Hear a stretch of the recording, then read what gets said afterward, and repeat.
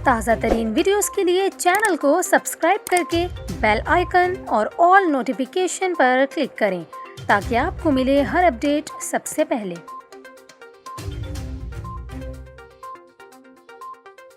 और अभी आपको बताएं, चीफ मेट्रोलॉजिस्ट सरदार सरफराज ने कराची में कल मूसलाधार बारिश का इम्कान जाहिर किया है, जबकि इस दौरान तेज़ हवाएं चलने का भी इम्कान है। सरदार सरफराज ने बताया कि मॉनसून सिस्टम आज राजस्थान के ज़रिए सिंध में दाखिल होगा। कराची में आज हल्की से मोतदिल बारिश का सिलसिला वक्फे वक्फे से जारी रहने का इम्कान है, जबकि शहर में कल सुबह 10 बजे से तेज़ और मूसलाधार बारिश का सिलसिला शुरू हो सकता है।